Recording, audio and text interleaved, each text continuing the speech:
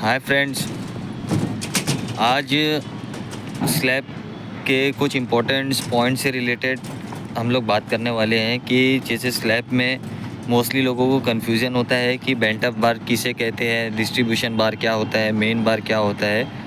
तो मैं कोशिश करता हूँ कि उस चीज़ को मैं आसानी से आपके सामने एक्सप्लेन कर सकूँ कि व्हाट इज़ क्रैंक बार और बेंट अप बार और what is main bar, what is distribution bar and what is the purpose of these three.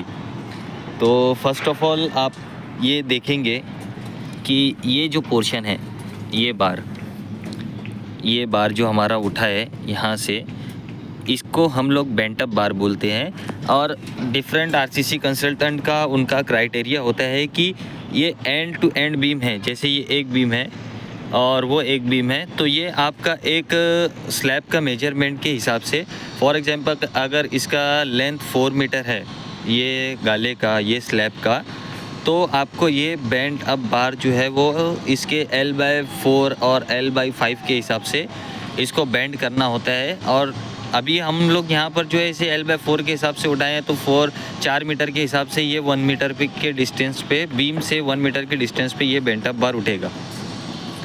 और ये अल्टरनेट होता है। अल्टरनेट मीन्स कि आपने अगर फर्स्ट बार आपका स्ट्रेट है बॉटम का, तो सेकंड बेंट अप होगा, फिर स्ट्रेट होगा, फिर बेंट अप होगा, फिर स्ट्रेट होगा, फिर बेंट अप होगा।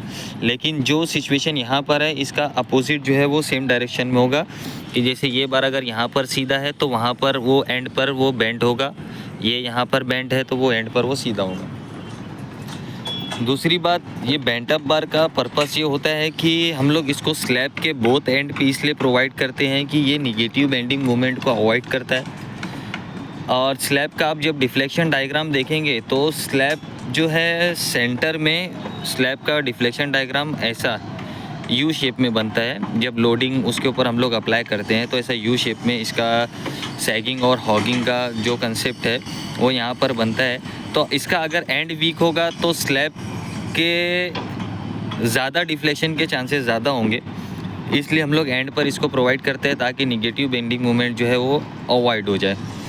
दूसरी बात कि जैसे ये फ्रेम है, ये एक पूरा फ्रेम है, इसमें आपको ये जो कम स्पेसिंग पे दिख रहा है आपको बार, मोस्टली आपको इस चीज़ से ध्यान रखना है कि जो बॉटम में होगा और कम स्पेसिंग पे होगा वो आपका मेन बार होगा, और ये जो 2 बार आपको ज़्यादा स्पेसिंग पे दिख रहा है ये डिस्ट्रीब्यूशन बार होता है। तो मेन बार जो है वो हमारा मेन स्टील है स्लैब का, और डिस्ट्रीब्यूशन बार को हम लोग इस वजह से टाई करते हैं कि it's remain main bars on it's given spacing, on its original position.